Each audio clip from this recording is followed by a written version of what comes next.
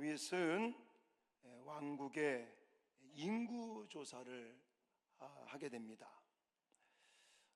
옛날 그 고대에 인구 조사를 할 때는 세 가지 이유를 가지고 인구 조사를 했다고 합니다. 첫 번째는 군사적인 이유다라고 말하는데, 쉽게 말하면 군대 징집을 위해서 숫자를 파악하는 것이었고요. 두 번째는 경제적인 이유다. 지금으로 말하면 세금을 많이 걷어들이기 위해서, 국가의 재정을 튼튼하게 하기 위해서 만들어 놓은 그런 제도라고 말할 수 있습니다. 그리고 세 번째가 사회적인 이유다라고 말하는데, 지금은 이것이 별로 없지만 저 어렸을 때도 보면은 새마을 운동 같은 거 하면서 일명 노역을 나오라는 이야기 있었거든요. 그래서 안 나오면 막 벌금을 낸다든지 그런 것처럼, 옛날 예를 들어 성을 쌓는다 이런 일이 있다면 이제 노역을 동원시키기 위한 인원 파악을 위해서 이 사회적인 이유 때문에 인구조사를 했던 것을 볼 수가 있는데, 자, 오늘 본문에 다윗이 인구조사를 하는 이유는 제가 방금 말씀드렸던 세 가지 중에 어디겠습니까? 첫 번째, 군사적인 이유를 가장 부각시키면서 이제 인구조사를 하게 되는데, 그럼 그거예요. 인구조사하는 게 뭐 그렇게 크게 잘못한 거냐, 무슨 큰 죄가 되는 거냐?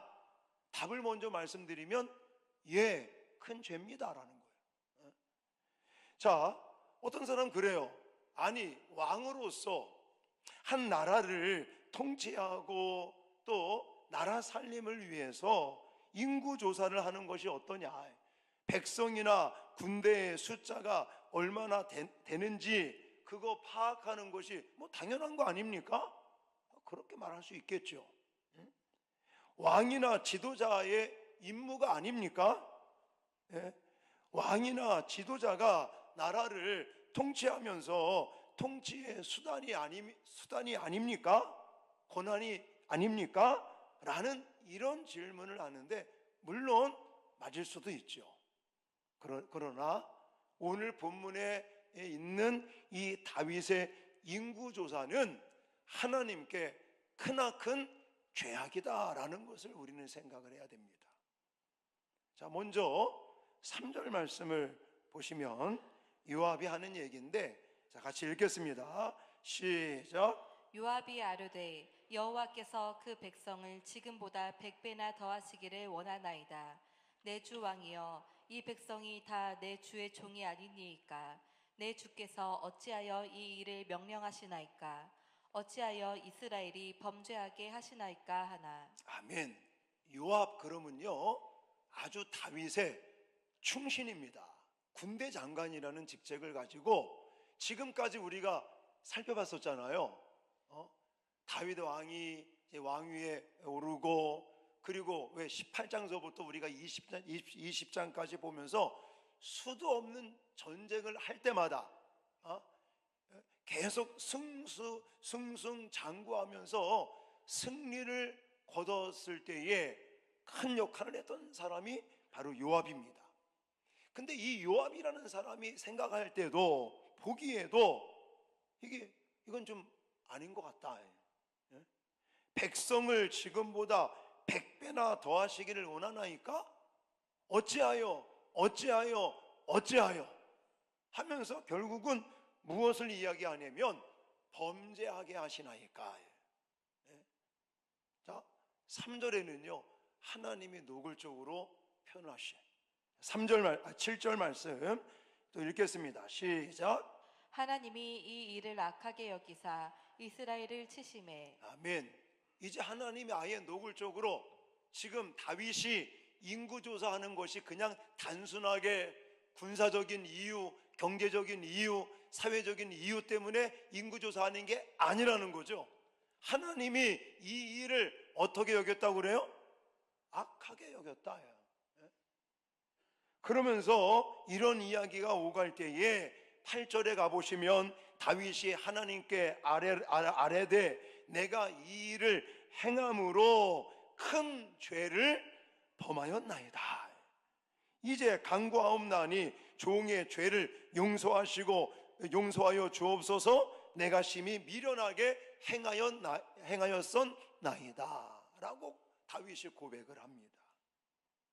그리고 17절에 가보시면 하나님께 아뢰되 명령하여 백성을 계수하게 한 자가 내가 아니니까 범죄하고 악을 행한 자는 곧 나니이다 라면서 얘기를 합니다. 결국 지금 다윗이 인구조사하는 것은 단순한 군사적인 이유, 경제적인 이유, 사회적인 이유 아니라는 거예요. 다른 뭐가 있다는 거죠. 그걸 한마디로 말하면 교만이라고 좀 표현하고 싶어요. 교만. 하나님이 가장 싫어하는. 여러분, 우리가 18장서부터 20장까지 제가 설교를 하면서 계속 본문을 통해서 강조한 내용이 뭡니까? 이스라엘이 블레셋과 싸워서 승리한 게 누구 때문이라는 거예요? 하나님께서 함께 하시고 하나님께서 도와주시고 하나님께서 승리케 하신 것을 믿습니다. 여러분, 모압과의 전쟁에서도 마찬가지, 소바왕 하닷 에셀과의 전쟁에서도 마찬가지, 다메섹 아람과의 전쟁에서도 전승을 거두었던 것, 또 에돔을 쳐서 지배하게 되었던 것, 암몬을 쳐서 다시는 대항하지 못하게 했었던 전쟁, 또 블레셋 가드를 쳐서 장대한 자들을 물리치고 속국으로 만든 것, 이게 다 누가 역사하신 거예요? 하나님이 역사하시고 하나님이 다윗과 함께 하시고 하나님께서 다윗 왕조를 세우셨기 때문에 이런 승승장구하는 놀라운 은혜를 받은 줄 믿습니다. 뭐 때문에 인구조사를 한다는 겁니까? 자기가 한번 확인해 보고 싶은 거예요.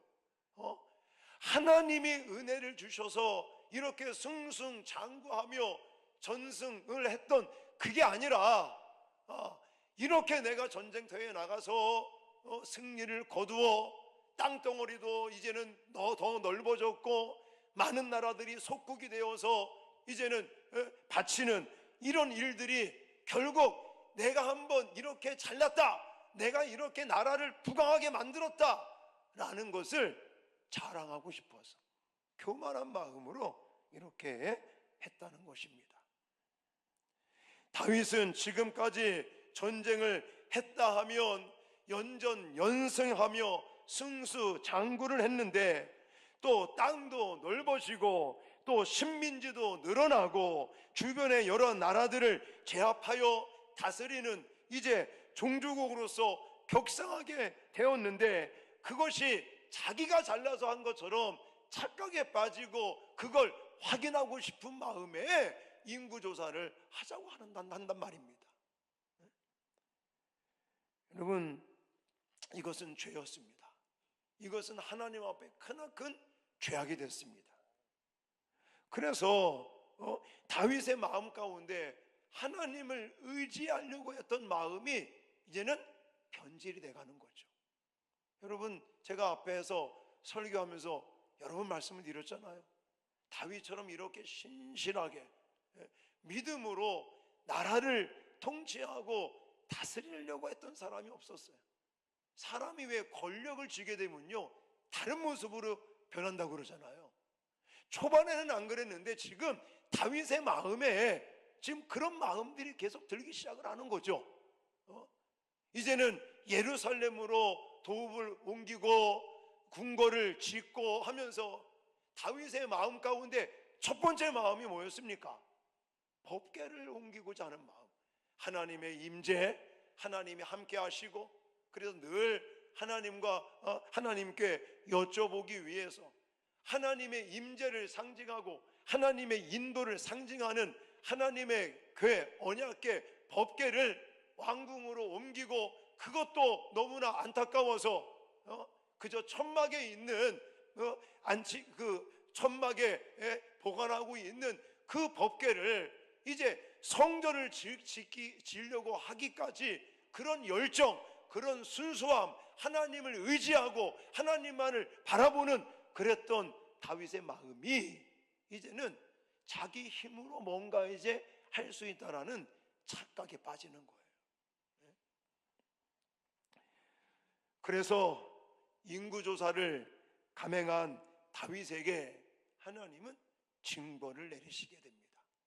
그래서 선견자 갓을 통해서 세 가지를 제시하면서 그 중에 골라라. 그 세 가지가 뭐예요? 3년 동안 기근 가운데 있을 거냐? 아니면 두 번째, 3개월 동안 적들에게 패하고 도망 다니겠느냐? 세 번째는 3일 동안 전염병을 앓겠느냐? 다윗의 이 믿음이 그래도 아직은 살아있는 것 같아요. 그래서 내가 적들의 칼에 당하기보다는 하나님의 칼에, 하나님의 손에 벌을 받겠다. 그래서 택한 게 뭐예요? 3일 온역 전염병을 앓게 되는데, 이 3일의 전염병을 앓면서 7만 명이 죽임을 당합니다. 생각을 해보세요. 예를 들어 지금 7만 명 그러니까 뭐 많이 죽은 건가? 이런 느낌이잖아요. 7만 명 그러면 예를 들어서 학교에 학생들이 요즘 뭐 한 1000명 정도 되나요? 숫자가 1000명이라고 쳤을 때 70개의 학교의 학생들이 다 3일 동안 전염병으로 죽어 자빠지는 거예요. 이렇듯 한 사람의 죄는요, 공동체 전체에 아주 크나큰 결과를 가져온다는 사실들을 잊지 마시기 바라요. 나 한 사람이 그냥 죄 짓는 거 나 하나 벌 받고 끝나지 않는다니까요. 성경에 보시면 한 사람의 죄로 말미암아 인류가 죄악 가운데 빠졌다고 말씀하지 않았습니까? 그 정도로 죄라고 하는 것은 무서운 거예요. 나 한 사람 그냥 죄를 지었으니 나 하나 벌 받으면 된다? 절대 성경은 그렇게 말하지 않습니다. 물론 죄를 지은 사람도 벌을 받겠지만 그의 가족이라든지 그가 속해 있는 공동체도 같이 벌을 받는다는 사실들을 좀 참고적으로 제가 좀 강조드리고 싶고요. 자, 제가 오늘 강조드리고 싶은 것은 그것보다도 이렇듯 큰 재앙의 결과로 7만 명이나 죽임을 당하는 큰 죄악에 빠진 이유가 뭐냐라는 거예요. 아까도 말씀드렸지만 다윗처럼 그렇게 신실하고 정말 권력을 가지고 있으면서도 하나님을 의지하고 하나님 중심으로 살려고 했던 사람이 이렇게 변하는 이유가 뭐냐라는 거예요. 타락하게 되는 이유가 뭐냐라는 거예요. 큰 죄를 지어 자기뿐만이 아니라 온 나라 백성들이 7만 명이나 죽임을 당하는 이 비극을 겪게 되는 이유가 과연 무엇 때문이냐라는 거예요. 첫 번째는요, 사탄의 충동이다라고 말씀드리고 싶습니다. 1절에 나와 있죠. 같이 읽겠습니다. 시작. 사탄이 일어나 이스라엘을 대적하고 다윗을 충동하여 이스라엘을 계수하게 하니라. 아멘. 여기 보면 사탄이 일어나 그리고 이스라엘을 대적하는 가운데 다윗을 뭐 했다고요? 충동하여, 다른 말로 표현하면 유혹하여 라고도 표현할 수 있습니다. 이 충동하여라는 단어를 제가 사전을 찾아봤더니 어떤 행동을 하도록 마음을 들쑤셔 흔들어 놓는다라는 뜻을 가지고 있어요. 다시 말해서 다윗의 마음을 누가? 사탄 마귀가, 사탄이가 그 다윗의 마음을 들쑤셔 가지고 흔들었다라고 하고 있는 것입니다. 여러분, 다윗만 들쑤실까요? 다윗의 마음만을 흔들어 놓을까요? 아닙니다.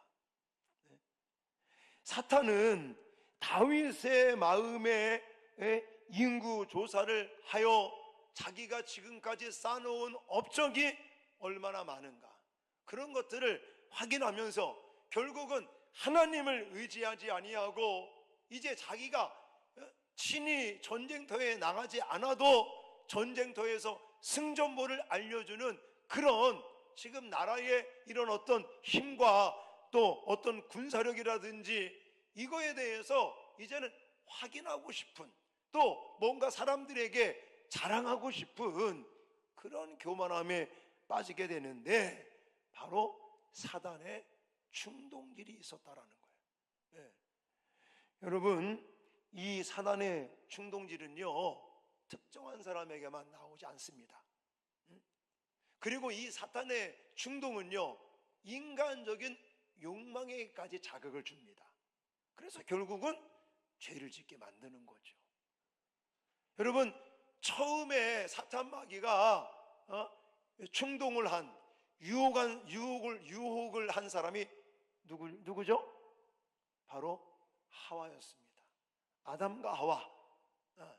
그때에도 뱀에게 들어간 사탄 마귀는 하와에게 찾아와서 마음을 흔드는 거죠. 너도 하나님처럼 될 수 있다라는 거예요.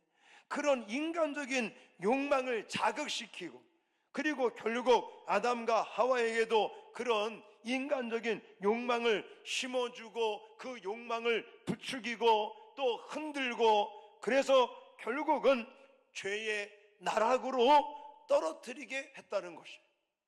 그런 것처럼 지금 다윗에게도 사탄 마귀가 와서 충동질을 하는 거예요. 그래서 이스라엘을 죄악의 공경에 빠뜨렸다는 사실을 기억하시기 바랍니다. 그러면 우리에게는 어떻게 할까요? 우리에게는 똑같다는 거예요.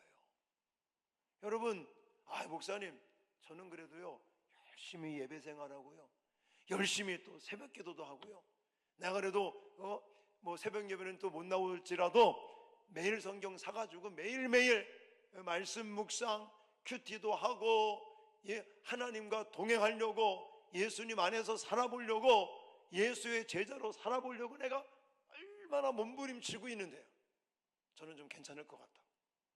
착각에 빠지지 마시기 바라요.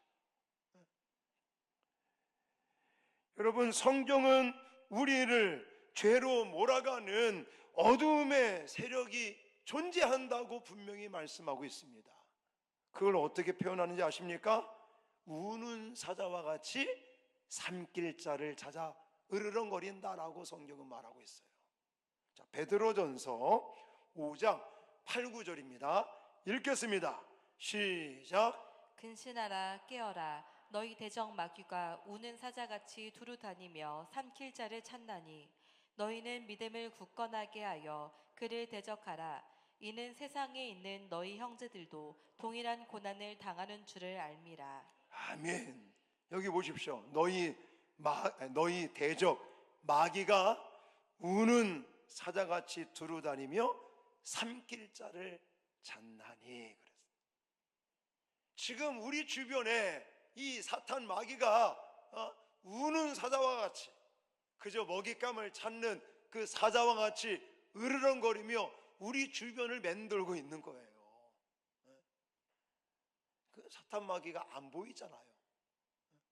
투명 인간하고 싸워서 이길 수 있는 사람이 있겠습니까?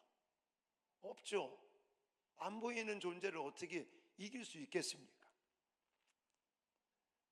우리도 마찬가지인 거예요. 사탄 마귀가 눈에 안 보이지만 지금도 우는 사자와 같이 삼킬 자를 찾아 으르렁거리고 내 주변에서 우리를 물려고, 공격하려고 그렇게 다가오고 있다니까요. 아니, 예수님에게도 찾아와서 예수님을 공격했는데, 예수님을 충동했는데, 예수님을 유혹했는데 우리인들 그냥 내버려 두겠느냐고요. 다윗도 영적인 긴장감이 느슨해졌고 그 틈을 타고 사탄 마귀가 공격하면서 충동질을 하고 있다니까요.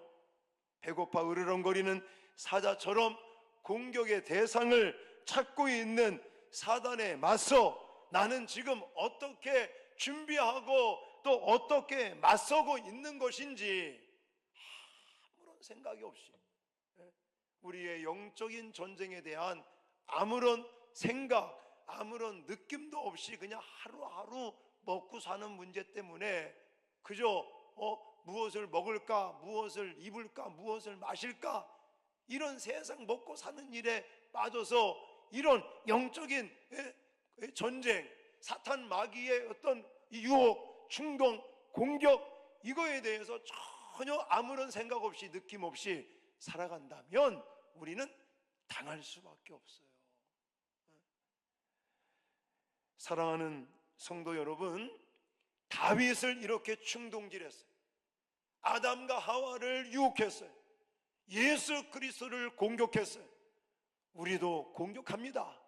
우리가 베드로전서 5장에서 말씀하시는 것처럼 근신하고 깨어서 에베소서에서 말씀하는 것처럼 하나님의 전신갑주로 무장하는 저와 여러분들이 되어야 될 줄 믿습니다. 중요한 건 사탄 마귀의 충동질이 다윗에게도 있었고 아담 하와에게도 있었고 예수 그리스도에게도 있었고 오늘날 지금 저와 여러분들에게도 끊임없이 우는 사자와 같이 으르렁거리는 이 사탄 마귀가 저와 여러분들을 공격하기 위해서 날마다 시시탐탐 노리고 있다는 사실들을 꼭 기억하시기 바랍니다. 이걸 우리가 인지하고 그리고 근신하고 깨어 준비를 하고 있어야 된다는 거예요. 자, 다윗이 이렇게 무너진 이유가 뭐라고요? 사탄 마귀의 충동이었다. 마지막 두 번째는 의지적인 선택이 있었다라고 말씀을 드리고 싶습니다. 이게 물론 직접적으로 본문에 나와 있지는 않지만 다윗의 의도가 옳지 않음을 알고 아까도 말씀드렸지만 요압이라고 하는 사람이 충언을 얘기를 합니다. 왕이시여, 안 된다고. 지금 이러시면 이스라엘을 죄악으로 빠뜨리는 게 된다라고 그 충언을 얘기했는데도 불구하고 다윗은 그 계획을 꺾지 않고 강행시키는 걸 볼 수가 있거든요.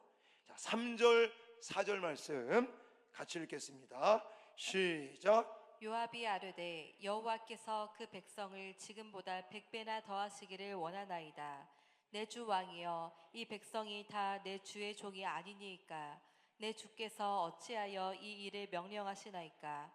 어찌하여 이스라엘이 범죄하게 하시나이까 하나 왕의 명령이 요압을 재촉한지라. 아멘. 여기까지. 자, 여기 보시면 4절에 왕의 명령이 요압을 뭐 했다고 그래요? 재촉한지라. 이 재촉했다는 말에 의지적인 선택이 있는 거예요. 재촉하다는 말은 하자크라는 단어를 쓰고 있는데 이 뜻이 뭐냐면 완고하다, 확고하다 이런 뜻을 가지고 있어요. 자, 그러니까 요압의 충언에도 불구하고 다윗은 그 뜻을 굽히지 않고 의지적으로 인구조사를 강행시켰다라는 뜻이죠. 자, 다시 말해서 이 다윗은 자기의 어떤 이 인구조사에 대한 마음을 굽히지 않는 것입니다. 근데 사실 지금 요압의 충언은 어쩌면 하나님께서 죄의 길로 들어가려고 하는 다윗에게 하나님께서 그것을 말씀해 주고 있는 거예요. 이 점을 저와 여러분들이 잊지 마셔야 됩니다. 이게 무슨 말이냐면 예를 들어 내가 판단을 잘못했다든지 아니면 좀 생각을 잘못해서 잘못된 죄악된 길로 가려고 할 때 하나님은요 절대로 그냥 내버려 두시지 않습니다. 하나님은 여러 가지 방법을 통해서 우리에게 말씀하십니다. 지금 다윗에게 요압을 통해서 말씀하시는 것처럼 하나님은 우리에게 때를 따라 어떨 때는 성령의 이 내주하는 감동하심으로 말씀하실 때도 있어요. 그래서 성령께서 내적으로 우리 마음 가운데 아, 이거는 아닌 것 같은데, 아, 이거는 잘못된 건데, 이거 하면 안 되겠다, 이런 어떤 감동을 줄 때가 있단 말이죠. 이게 바로 성령의 내적 감동이다, 이렇게 막 표현을 합니다. 또 하나님은 어떨 때는요, 말씀을 통해서, 성경을 통해서도 우리에게 말씀하실 때가 있습니다. 예를 들어 우리가 큐티를 한다든지 말씀 묵상을 한다든지 아니면 성경을 읽는다든지 아니면 이렇게 설교를 듣는다든지 아니면 방송, 기독교 이런 방송 같은 것을 듣는다든지 본다든지 이런 거를 하면서 나의 상황과 좀 비슷한 내용들이 나오면서 그걸 통해서 하지 마라, 아니면 강력하게 진행해라 라는 여러 가지 방법을 통해서 하나님이 우리에게 말씀하실 때가 있습니다. 또 어떨 때는요, 하나님께서는 내 주변 사람들을 통해서도 말씀하실 때가 있어요. 가까운 가족이라든지 친구라든지 또 믿음의 동료라든지 아니면 이웃을 통해서 가까운 지인들을 통해서 하나님이 우리에게 말씀하실 때도 있고요. 또 어떨 때는 상황이 어떤 무엇을 막는다든지 이러면서 상황을 통해서, 상황의 변화를 통해서도 하나님은 우리에게 말씀하실 때가 있습니다. 자, 중요한 거는 내가 죄의 길로 들어서려고 할 때 하나님은 무엇인가를 통해서 우리에게 분명히 말씀하신다는 거예요. 그때 다윗처럼 이렇게 의지적인 선택을 하면 안 된다는 거예요. 요압이라고 하는 충신을 통해서 하지, 이거 인구조사하면 안 된다, 이것은 이스라엘로 하여금 죄짓게 만든 것이다 라고 분명히 얘기할 때 다윗이 그것을 좀 수용하고 자기의 의지를 좀 굽히는 이런 것이 있어야 되는데 좀 그러지 못했다는 것입니다.